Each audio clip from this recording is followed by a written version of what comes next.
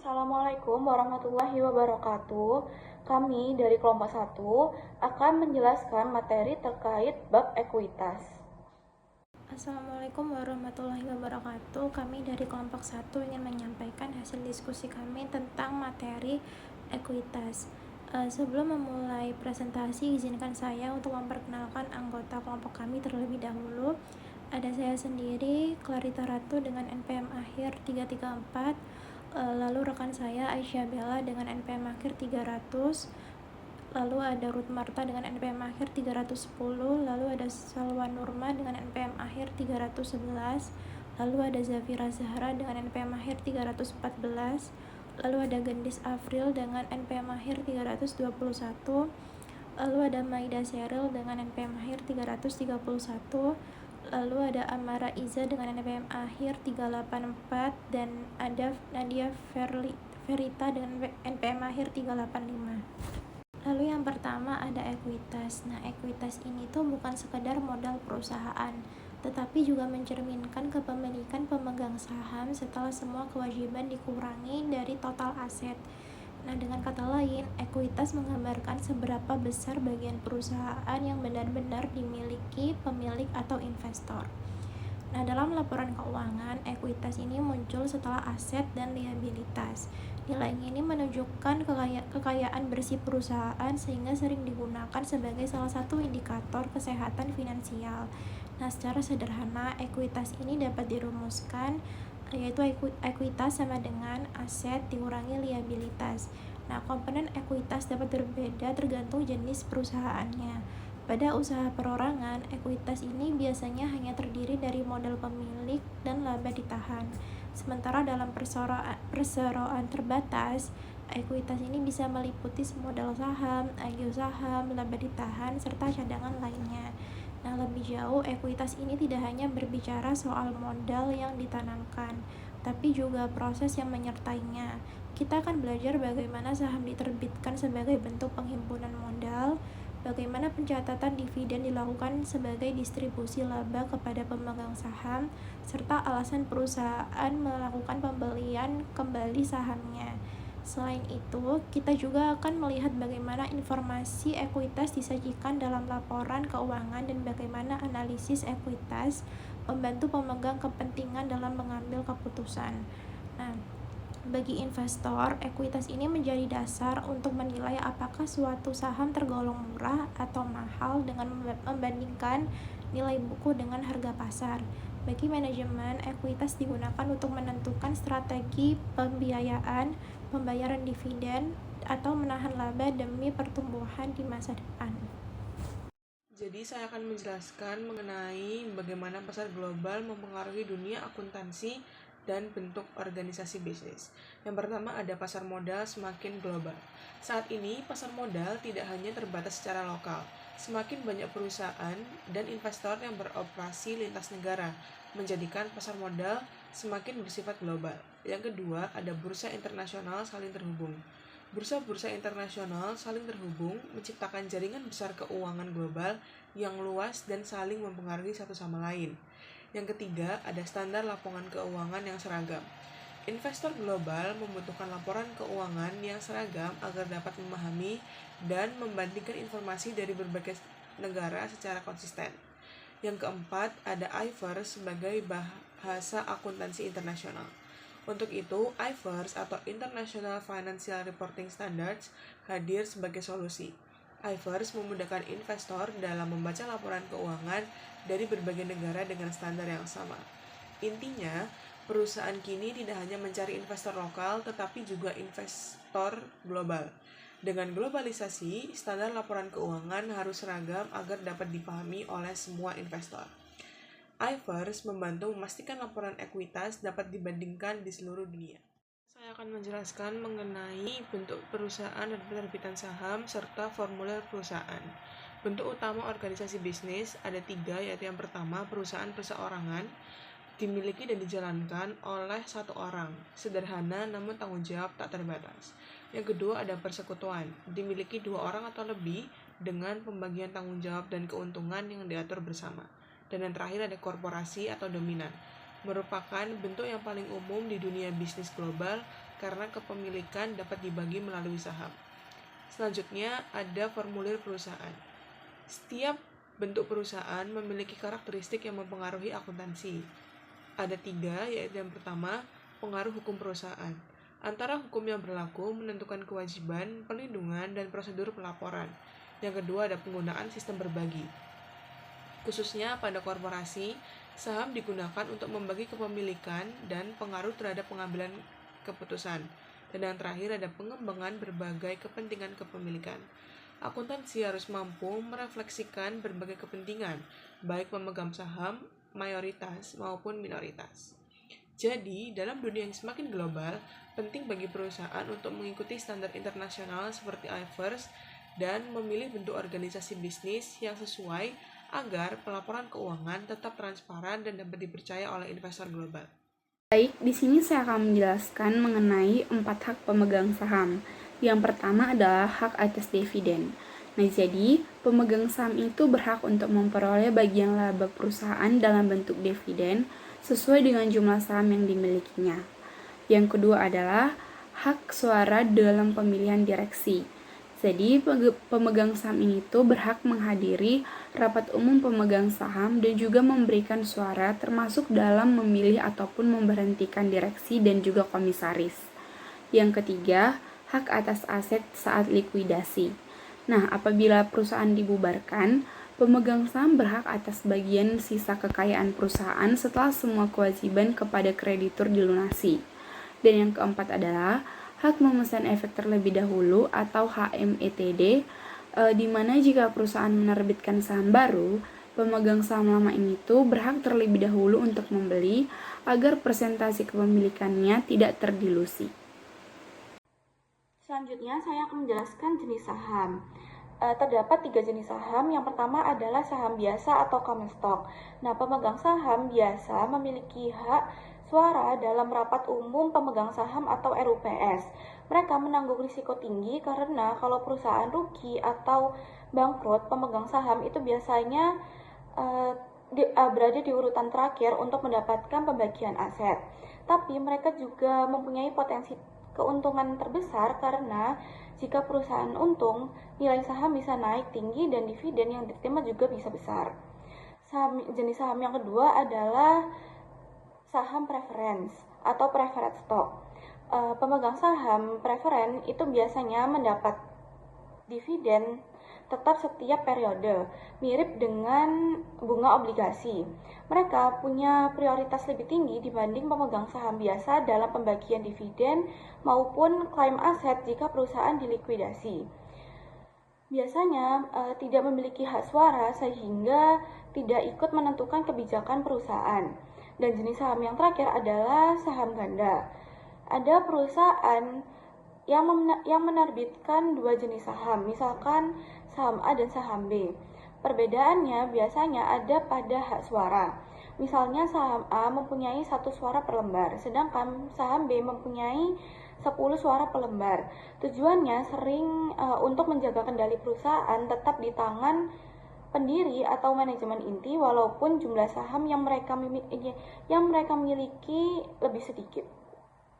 Selanjutnya, di sini saya akan menjelaskan terkait dari komponen ekuitas, di mana ekuitas ini adalah kepentingan residual atas aset perusahaan setelah dikurangi semua liabilitas. Nah, ekuitas ini sering disebut dengan ekuitas pemegang saham atau modal dari perusahaan.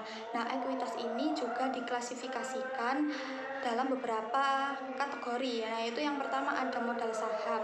Nah, modal saham ini terbagi menjadi modal disetor atau dibayar, yaitu jumlah total yang disetorkan atas saham modal.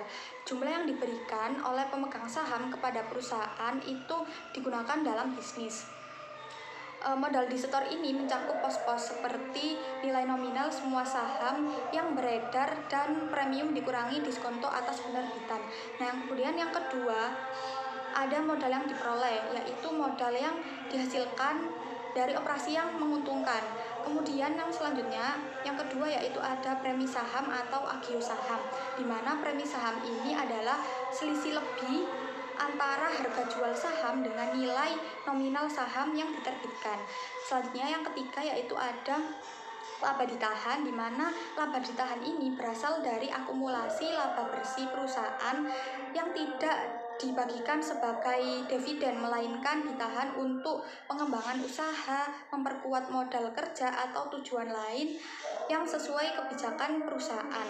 Kemudian, nah yang keempat itu ada akumulasi pendapatan komprehensif atau sebutan lainnya yaitu OCI, Other Comprehensive Income, adalah bagian dari ekuitas yang berasal dari akumulasi keuntungan atau kerugian yang belum direalisasi dan tidak dicatat dalam laba rugi, melainkan langsung masuk ke ekuitas. Kemudian yang kelima yaitu ada saham treasury, di mana saham perusahaan sendiri yang pernah diterbitkan dan kemudian dibeli kembali oleh perusahaan tapi tidak dibatalkan. Kemudian yang keenam yaitu ada kepentingan non pengendali atau non controlling interest atau NCI, adalah bagian dari ekuitas pada anak perusahaan yang tidak dimiliki oleh induk perusahaan dalam laporan keuangan konsolidasian.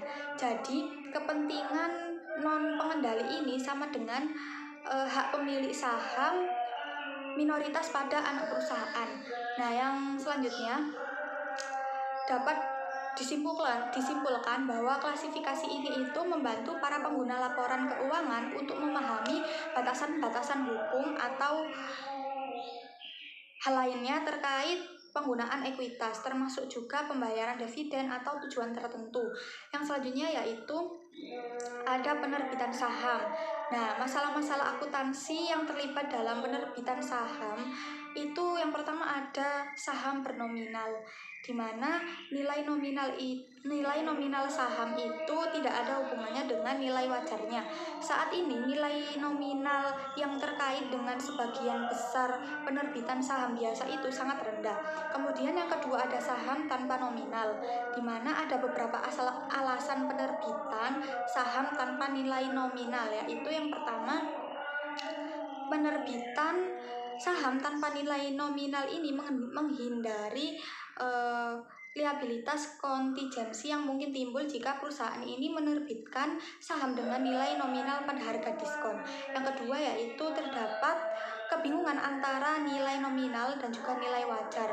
Saham tanpa nilai nominal menghindari masalah ini, terutama menerbitkan untuk aset berwujud atau tidak berwujud. Nah, saham tanpa nilai nominal yang sesungguhnya itu harus dicatat dalam laporan keuangan pada harga penerbitan tanpa adanya premi saham yang dilaporkan. Kemudian yang ketiga yaitu ada saham penjualan sekaligus atau penjualan lamsam, di mana masalah akuntansi dalam penjualan sekaligus tersebut ini adalah bagaimana mengalokasikan hasil penjualan di antara beberapa kelas sekuritas. Perusahaan menggunakan salah satu dari dua metode alokasi. Dua metode alokasi ini itu ada metode proporsional, yaitu jika nilai wajar atau dasar kuat lainnya untuk menentukan nilai relatif itu tersedia untuk setiap kelas sekuritas perusahaan, mengalokasikan jumlah yang diterima secara sekaligus di antara kelas-kelas sekuritas secara proporsional. Yang kedua yaitu ada metode inkremental, yaitu jika perusahaan tidak dapat menentukan nilai wajar untuk setiap kelas saham yang terlibat dalam pertukaran lamsam, perusahaan ini mungkin perlu menggunakan pendekatan lainnya. Nah, yang keempat yaitu ada saham transaksi non-tunai. Saham transaksi non-tunai ini saham yang diterbitkan untuk jasa atau aset dicatat sebesar nilai wajar barang atau jasa.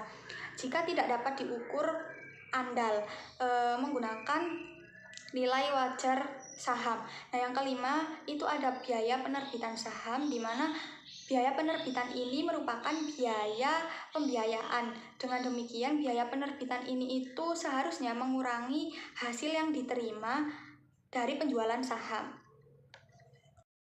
Perkenalkan, nama saya Zafira Zahra Mufidatul Ilma dengan NPM 24013010314. Saya akan menjelaskan tentang saham preferen, di mana terdapat 4 karakteristik, yaitu ada preferen dividen, preferen aset saat likuiditas, bisa konversi ke saham biasa, ada callable atau redeemable, di mana terdapat 5 jenis saham preferen, yaitu ada kumulatif, partisipasi, konversi, dapat dipanggil, dan dapat ditebus.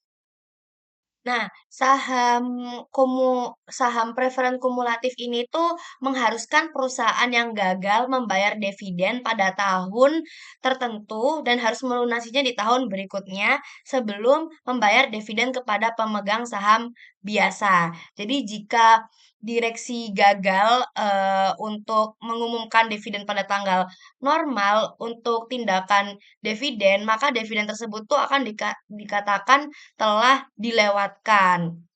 Jadi, dividen yang dibagi atas saham preferen kumulatif itu merupakan dividen yang tertunggak karena tidak ada liabilitas hingga dewan direksi itu mengumumkan dividen. Perusahaan tidak mencatat dividen yang tertunggak sebagai liabilitas, melainkan mengungkapkannya dalam catatan atas laporan keuangan. Jadi, perusahaan jarang menerbitkan saham preferen non kumulatif karena dividen yang dibagikan itu akan hilang selamanya bagi pemegang saham preferen. Akibatnya penerbitan saham jenis ini tuh akan kurang laku di pasaran. Nah, selanjutnya ada saham preferensi partisipasi. Nah, jadi pemegang saham preferen partisipasi ini sebagai keuntungan secara proporsional dengan pemegang saham biasa di luar tingkat yang ditentukan. Artinya, saham preferen 5% jika berpartisipasi penuh. Tidak hanya akan menerima imbal hasil 5%, tetapi juga dividen dengan tingkat yang sama dengan yang dibayarkan kepada pemegang saham biasa jika membayar jumlahnya itu melebihi 5% dari nominal atau nilai yang ditetapkan kepada pemegang saham biasa. Nah, selanjutnya ada bisa dikonversi ya. Jadi memberikan pemegang saham preferen opsi untuk menukar saham preferen dengan saham biasa dengan rasio yang telah ditentukan. Jadi pemegang saham preferen convertible itu tidak hanya menikmati klaim preferensi atas dividen, tetapi juga memiliki opsi untuk berubah menjadi pemegang saham biasa dengan partisipasi tak terbatas dalam pendapatan. Nah, selanjutnya itu ada eh, yang dapat dipanggil.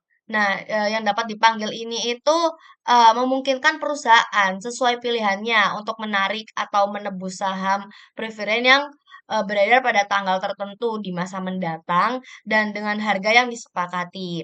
Jadi banyak saham preferen yang dapat ditarik atau callable itu. Ya, yang perusahaan bisa menetapkan harga beli atau beli kembali sedikit di atas harga penerbitan awal dan umumnya tuh menyatakan sesuai dengan nilai nominal. Nah, selanjutnya ada saham preferensi yang dapat ditebus. Nah, jadi semakin banyak penerbitan saham preferen yang memiliki fitur yang membuat lebih merupai utang atau kewajiban hukum untuk membayar daripada instrumen ekuitas, misalnya saham preferen yang dapat ditebus itu memiliki periode penebusan wajib atau fitur penebusan yang tidak dapat dikendalikan oleh penerbit, begitu. Oke, lanjut ke saham treasury. Saham treasury itu adalah saham perusahaan yang dibeli kembali oleh perusahaan itu sendiri dari pasar. Nah, buyback itu artinya perusahaan yang menarik sebagian saham sebelumnya yang berada di pasar saham, sehingga saham tersebut menjadi milik perusahaan dan tidak lagi berada di pasaran. Alasan buyback saham yang pertama, distribusi kas. Nah, jika perusahaan punya kas atau dana yang lebih, mereka bisa mengembalikan kas ke pemegang saham dengan cara membeli kembali saham mereka. Jadi buyback adalah cara yang fleksibel dalam pendistribusian kas. Yang nomor 2 itu meningkatkan EPS dan ROE. Jadi EPS atau earning per share adalah laba bersih bagi jumlah saham yang beredar dengan mengurangi jumlah saham yang beredar lewat buyback. Sehingga ya EPS otomatis naik meski laba bersih tetap. Kalau ROE itu artinya return on equity. Ini lebih menarik bagi investor sebab ini dapat meningkatkan efisien penggunaan modal. Yang ketiga, menyediakan saham berkompensasi karyawan. Jadi saham treasury dapat dialokasikan sebagai kompensasi bagi karyawan melalui program seperti stock option. Ini membantu saham baru yang bisa mengencarkan kepemilikan pemegang saham yang lama. Terus yang keempat, menghalangi pengambil alihan. Dengan mengurangi jumlah saham yang berada di perusahaan, ini dapat mempertahankan kontrol lebih baik terhadap sahamnya, sehingga menyulitkan pihak dari luar untuk melakukan pengambil alihan paksa perusahaan. Yang terakhir ada menstabilkan harga saham. Nah, tadi itu buyback juga berfungsi sebagai mekanisme untuk menstabilkan harga saham ketika turun. Jadi perusahaan bisa membeli saham pas harganya dianggap rendah, sehingga membantu proses pencahayaan investor dan stabilitas pasar saham perusahaan. Buyback sering dilakukan ketika perusahaan punya kas berlebih, jadi dengan mengurangi saham yang beredar, EPS atau laba per saham akan meningkat. Namun, jika terlalu agresif bisa menimbulkan persepsi bahwa manajemen mencoba memoles kinerja, sehingga ini menimbulkan ketidakpercayaan dan skeptisme dari investor tentang integritas manajemen tersebut. Selanjutnya saya akan membahas tentang akuntansi saham preferen. Jadi yang pertama itu dicatat mirip saham biasa atau nominal plus adio. Di sini saham preferen dicatat dalam laporan keuangan dengan cara yang mirip saham biasa, yaitu terdiri dari nilai nominal dan adio saham atau tambahan modal disetor di atas nilai nominal. Yang kedua ada dividen sama dengan distribusi laba, bukan beban. Dividen yang dibagikan kepada pemegang saham preferen dianggap sebagai distribusi laba perusahaan, bukan biaya operasional. Jadi tidak mengurangi laba rugi sebelum pajak, melainkan laba ditahan.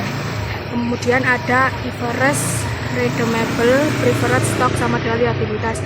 Menurut standar akuntansi internasional atau IFRS, saham preferen yang dapat ditebus kembali atau redeemable preferred stock diperlukan sebagai liabilitas atau utang, bukan ekuitas, karena ada kewajiban bagi perusahaan untuk membayar kembali. Kemudian ada convertible preferred stock sama dengan ekuitas, saham preferen yang bisa dikonversi menjadi saham biasa atau convertible preferred stock dikategorikan sebagai ekuitas karena pemegang saham punya opsi untuk menjadi pemilik modal permanen perusahaan. Selanjutnya adalah kebijakan dividen. Sangat sedikit perusahaan yang membayar dividen dalam jumlah yang setara dengan laba ditahan yang tersedia secara hukum. Alasan utamanya sebagai berikut.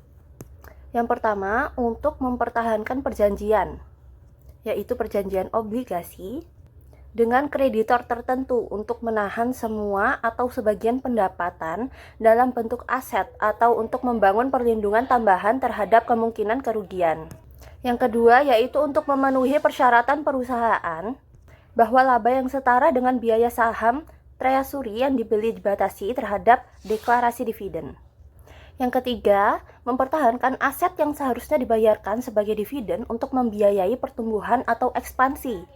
Hal ini terkadang disebut pembiayaan internal, menginvestasikan kembali laba atau menyimpan laba kembali ke dalam bisnis. Yang keempat, untuk memperlancar pembayaran dividen dari tahun ke tahun dengan mengakumulasi laba pada tahun-tahun yang baik dan menggunakan pendapatan yang terakumulasi tersebut sebagai dasar untuk dividen pada tahun-tahun buruk. Yang terakhir, yang kelima, untuk membangun bantalan atau penyangga terhadap kemungkinan kerugian atau kesalahan dalam perhitungan laba. Lalu selanjutnya ada saham treasury. Saham treasury adalah saham perusahaan yang sebelumnya telah diterbitkan dan beredar lalu dibeli kembali oleh perusahaan dari pemegang saham. Nah, saham ini tidak lagi dimiliki investor publik melainkan kembali ke perusahaan. Nah, pembelian kembali saham biasanya dilakukan dengan berbagai alasan seperti menaikkan harga pasar saham, menyediakan saham bagi program kompensasi karyawan, atau menjaga kendali agar kepemilikan tidak terlalu tersebar. Nah, dari sisi akuntansi, saham treasury tidak dicatat sebagai aset, melainkan sebagai pengurang ekuitas. Nah, saham ini tidak memberikan hak dividen maupun hak suara, sehingga keberadaannya mengurangi total ekuitas yang dilaporkan dalam neraca. Nah, perusahaan menggunakan dua metode umum dalam mencatat saham treasury. Yang pertama ada metode biaya atau cost method. Nah, saham treasury dicatat sebesar harga perolehannya saat dibeli kembali. Lalu akun saham treasury didebet sebesar biaya perolehan. Nah, dalam laporan posisi keuangan, akun ini ditampilkan sebagai pengurang ekuitas. Nah, jika saham treasury dijual kembali dengan harga berbeda, selisihnya dicatat dalam akun tambahan ekuitas bukan sebagai laba atau rugi. Yang kedua ada metode nilai nominal atau nilai pari. Nah, semua transaksi saham treasury dicatat pada nilai nominalnya. Saham treasury dilaporkan sebagai pengurang dari akun modal saham saja. Nah, selisih antara harga perolehan dan nilai nominal dicatat pada akun agio atau laba ditahan. Nah, baik metode biaya maupun metode nilai nominal sama-sama diterima secara umum dalam praktik akuntansi. Nah, pemilihan metode akan mempengaruhi cara penyajian di laporan keuangan, tetapi tidak mengubah prinsip bahwa saham treasury tetap menjadi pengurang ekuitas. Nah, dengan memahami akuntansi saham treasury, kita bisa melihat bagaimana strategi perusahaan dalam mengelola struktur modalnya, serta bagaimana pembelian kembali saham mempengaruhi penyajian ekuitas dan analisis laporan keuangan. Selanjutnya saya akan menjelaskan terkait dividen. Terdapat 4 jenis dividen. Yang pertama ada tunai, properti, saham, dan pembagian saham. Di mana dividen tunai ini adalah pembagian laba perusahaan kepada para pemegang saham dalam bentuk uang tunai. Artinya, perusahaan itu membagikan sebagian keuntungan yang diperoleh kepada pemilik saham sesuai jumlah lembar saham yang dimiliki. Nah, selanjutnya ada dividen properti. Jadi, dividen properti itu dibayarkan dalam aset perusahaan selain kas, disebut dividen properti atau dividen dalam bentuk barang. Jadi dividen properti itu dapat berupa barang dagangan, terus real estate, investasi, atau bentuk apapun yang ditetapkan oleh Dewan Direksi. Nah, terus ketika mendeklarasi dividen properti itu, perusahaan harus mengukur kembali properti yang akan dibagikan kepada nilai wajar dengan mengaku keuntungan atau kerugian sebagai selisih antara nilai wajar properti dan nilai tercatat pada tanggal deklarasi. Nah, selanjutnya ada dividen saham. Nah, dividen saham ini itu dalam hal perusahaan itu tidak membagikan aset apapun. Setiap pemegang saham itu memiliki proporsi kepemilikan yang sama persis di perusahaan dan total nilai buku yang sama. Jadi setelah perusahaan membagikan dividen saham, tentu saja nilai per saham itu lebih rendah karena setiap pemegang saham itu memiliki lebih banyak saham. Nah, artian dari dividen saham sendiri itu penerbitan saham oleh perusahaan kepada para pemegang saham-sahamnya secara rata tanpa imbalan apapun. Nah, selanjutnya ada pembagian saham. Nah, pembagian saham ini tuh jika sebuah perusahaan tuh memiliki laba yang belum dibagikan selama beberapa tahun dan mengumpulkan saldo yang cukup besar, jadi itu laba ditahan, nilai pasar saham itu beredar kemungkinan meningkat. Seperti itu. Jadi semakin tinggi harga pasar, namun semakin tinggi harga saham. Jadi semakin sulit juga beberapa investor untuk dapat membelinya. Kemudian penyajian analisis ekuitas. Pada bagian penyajian, ekuitas ditampilkan dalam laporan posisi keuangan sebagai bagian dari struktur modal perusahaan. Selain itu, jika ada laba ditahan yang dibatasi penggunaannya, misalnya untuk cadangan tertentu, maka hal tersebut harus diungkapkan secara jelas. Perusahaan juga wajib menyajikan laporan perubahan ekuitas yang memperlihatkan pergerakan modal, laba ditahan, dividen, dan komponen ekuitas lainnya dari periode ke periode.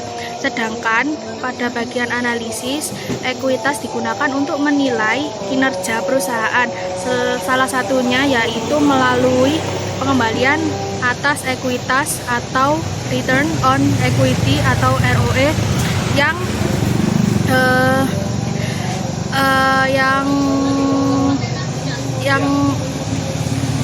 menunjukkan seberapa efektif perusahaan menghasilkan laba dari modal pemilik. Selain itu, rasio pembayaran atau dividen payout ratio dianalisis untuk melihat berapa besar laba yang dibagikan sebagai dividen kepada pemegang saham. Lalu analisis juga mencakup nilai buku per saham, yaitu gambaran nilai ekuitas yang dimiliki pemegang saham untuk setiap lembar saham yang beredar. Sekian presentasi dari kelompok 1. Bila ada kesalahan kata mohon dimaafkan. Wassalamualaikum warahmatullahi wabarakatuh.